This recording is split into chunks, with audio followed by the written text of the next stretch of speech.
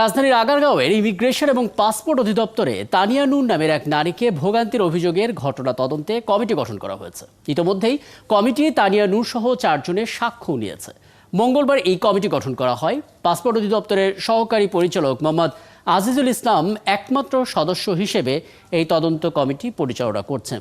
তানিয়া নূর অভিযোগ করেছেন 11 November passport অধিদপ্তরে ই পাসপোর্টের জন্য চোখের রেটিনা স্ক্যান করার সময় তার এক চোখের দৃষ্টিহীনতা নিয়ে তিনি রীতিমতো হেনস্থার শিকার হয়েছেন। শেষ পর্যন্ত তাকে চিকিৎসকের কাছ থেকে দৃষ্টি প্রতিবন্ধী হিসেবে প্রমাণপত্র আনতে হয়েছে, কারণ অধিদপ্তরের কর্মীরা নাকি তাকে জানিয়েছিলেন এই সনদ ছাড়া তার ই পাসপোর্ট আবেদনপত্র নেওয়া হবে না। কিন্তু ই পাসপোর্টের ফর্মে কোথাও উল্লেখ নেই যে প্রতিবন্ধিতা থাকলে তা প্রমাণের সনদ দিতে হবে। বিষয়টা অনেক দূর গড়িয়েছে। আমরা তাই যতটুকু জানা যায় একটু গভীরে প্রবেশ করতে চাই। আমাদের সঙ্গে আছেন আইনজীবী অ্যাডভোকেট জাহিদ চৌধুরী এবং যিনি ভুক্তভোগী তানিয়া নূর, তিনি আমাদের সঙ্গে আছেন। আপনাদের দুজনকেই স্বাগত জানাচ্ছি সংবাদ বিস্তারে। এবং অ্যাডভোকেট জাহিদ চৌধুরী, আপনার কাছে আসবো। তার আগে আমি ভুক্তভোগী তানিয়া নূরের সঙ্গে কথা বলবো, তাহলে সেখান থেকে হয়তো আপনার সঙ্গে কথা বলতে সুবিধা হবে। তানিয়া নূর, একটু বলবেন ই পাসপোর্ট নিতে গিয়ে কী ধরনের জটিলতার মধ্যে আপনি পড়েছিলেন এবং আপনার আবেদনপত্র না নেওয়ার ক্ষেত্রে কী ধরনের কারণ উল্লেখ ছিল, একটু যদি ব্যাখ্যা করতেন। অনেক ধন্যবাদ। আমি বুঝতে পারছি, মানে ভুক্তভোগী আমি শুধু না, আমি এখন জানি যে এ ধরনের ঘটনা আসলে প্রায়শই ঘটেছে, অনেকের সাথেও সাথেই ঘটে থাকে। আমার ক্ষেত্রে যেটা হয়েছিল যে আমি জন্মের পর আমার পরপর 2টো অপারেশন হয়েছিল আমার ডান চোখে। তো সে কারণে আমি জ্ঞানত কিন্তু এক চোখে দেখি, এবং এতদিন পর্যন্ত আমার ন্যাশনাল আইডি কার্ড আছে, আমার এমআরপি পাসপোর্ট করা হয়েছে, তখনই কিন্তু এই বিষয়টা আমার প্রয়োজন হয়নি, কোনো ধরনের সার্টিফিকেশন বা উল্লেখ দরকার হয়নি। ছোটবেলা থেকে এ পর্যন্ত আমি প্রায় 4টা বা 3টা পাসপোর্ট করেছি, এমআরপিও করেছি, এখন তো ই পাসপোর্ট।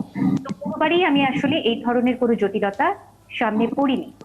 এবার যেটা হয়েছিল যে ওনারা যখন স্ক্যান করতে চাচ্ছিলেন আমার চোখের রেটিনা স্ক্যান, তো সেটাতে ওনারা প্রথমে দিতে পারছিলেন না। আমি তখন জিজ্ঞেস করলাম যে হয়তো আপনাদের ডিভাইসে কোনো সমস্যা হয়ে থাকবে, অনেকক্ষণ স্ট্রাগল করেছিলাম আসলে। তারপরে দেখা গেল এর মধ্যেই তারা নানা রকম ইস্যুস তুলছে, এবং আমি 3জনকে শনাক্ত করেছি সেদিন। যারা 3জন ওখানে ছিলেন দায়িত্বপ্রাপ্ত মানুষ, তাদের বাইরেও অনেকেই মানুষজন যাতায়াত করছিল ঘরটার ভেতরে। তারা বিভিন্ন ধরনের কমেন্ট পাস করছিল, যেমন নানাভাবে চেষ্টা যেহেতু করা হচ্ছিল, আপনার চোখে কাজল কেন, এই কারণে স্ক্যান আসছে না, বা এই ধরনের একটা বিষয়। তারপর যখন আমার বিষয়টাকে আমি বললাম, যে তখন বলে যে আপনি অন্ধ, এটা বলেন না কেন, না বলার কি আছে, গোপন করছেন কেন, বা এটা সার্টিফিকেট লাগবে, এটা সার্টিফিকেট ছাড়া আমরা কাগজ জমা নিব না। তো আমি বললাম যে এই ধরনের ডকুমেন্টের কথা তো কোথাও লেখা নাই, আমি এটা কেন দেব? খুবই স্বাভাবিকভাবেই আমরা তো যারা প্রফেশনালস অথরাইজ আর আনঅথরাইজ ডকুমেন্টের পার্থক্য বুঝি। যে জিনিসটা এনলিস্টেড না, সেটা আমি কেন দেব, এই প্রশ্নটা আমি করেছিলাম। তো তখনই আমাকে আশেপাশে থেকে নানা রকম মানুষজন, অনেক সময় পার হচ্ছিল। আপনারা বুঝছেন যে পাসপোর্ট অফিসে কিন্তু খুব ছোট্ট একটা জায়গার ভিতরে অনেক তাড়াহুড়ায় ওরা কাজ করে মেবি। তো তারাও অনেক রকম কথা বলছিল, বিদ্রুপ করছিল, আবার কাজল দিছে আশপাশ থেকেও মানুষজন, অন্ধ বল, আপনি ডিক্লারেশন দিতে হবে, হেনস্থা হওয়ার যতগুলো ধাপ ছিল সবকটাই হয়তো আপনাকে পার হতে হয়েছে। সেক্ষেত্রে বলবেন, আজ আমরা অধিদপ্তরে যখন যোগাযোগ করলাম, পাসপোর্ট অধিদপ্তরে, সেখান থেকে জানানো হলো যে তারা ব্যবস্থা নিয়েছেন এবং বিষয়টি নিয়ে এখন আপনিও ওয়াকিবহল। একটু বলবেন কি বলা হয়েছে সাক্ষ্য নেওয়ার সময়ে এবং পরবর্তীতে? আসলে আমি জিনিসটাকে খুব পজিটিভলি দেখতে চাই। কেন জানেন? কারণ এই বিষয়গুলো নিয়ে তো আসলে এত সিরিয়াস ভাবে যে আলাপ করতে হবে, এই বিষয়টাই আমাদের চিন্তার জায়গাটাতে আসে না। তো যখন আমাকে পাসপোর্ট অফিস থেকে এডিজি সাহেব ফোন করলেন যে ওনার একটা তদন্ত কমিটি গঠন করেছেন এবং আমার সাক্ষ্য চান, আমার তখন মনে হয়েছে যে আমি যা এটার ভেতর দিয়ে গেলাম আমার এত বছর জীবনে প্রথমবারের মতো, বা আমার পরিবার গেল, সেটা যেন আর কারো ক্ষেত্রে না ঘটে, সেটা প্রথম কাজ ছিল। তো আমার দায়িত্ববান নাগরিক হিসেবে আমার মনে হয়েছিল এক্ষেত্রে ওনাদের সহযোগিতা প্রয়োজন, এবং এটাকে আমি পজিটিভলি দেখছি যে ওনারা একটা জিনিস শুরু করেছেন, একটা কার্যক্রম শুরু করেছেন।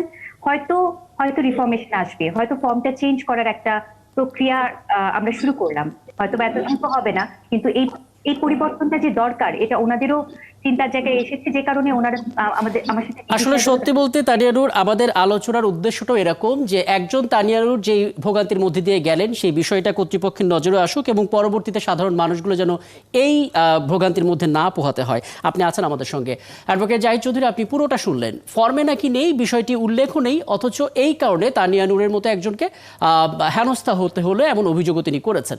ভোগান্তির এই দিকটি নিয়ে আসলে পাসপোর্ট আইন বা রুল কি বলে? প্রক্রিয়ার কোন ফাঁকফোকর এখানে ছিল যে কারণে ঘটনা এতদূর গড়ালো বলে আপনি মনে করেন?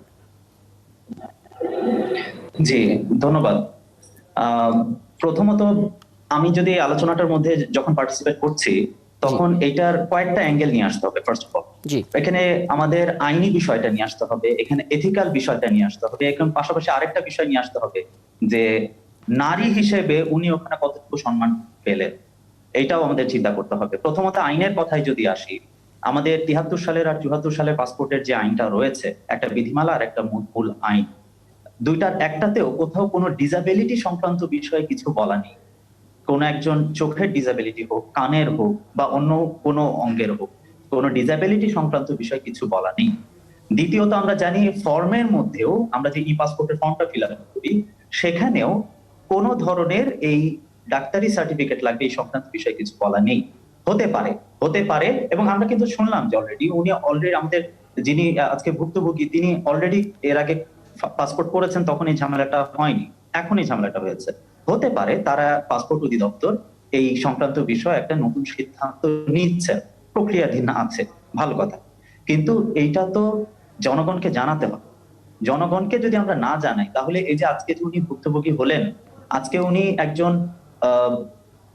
এত ভালো ব্রিলিয়েন্ট রেজাল্ট করা একজন মানুষ, এত ভালো জায়গায় চাকরি করেন, উনি ওনার এই ডিসেবিলিটিটা কোথাও উনি শো করেনি আজ পর্যন্ত, না শো করে উনি উইদাউট টেকিং এনি বেনিফিট উনি কাজ চালিয়ে গেছেন।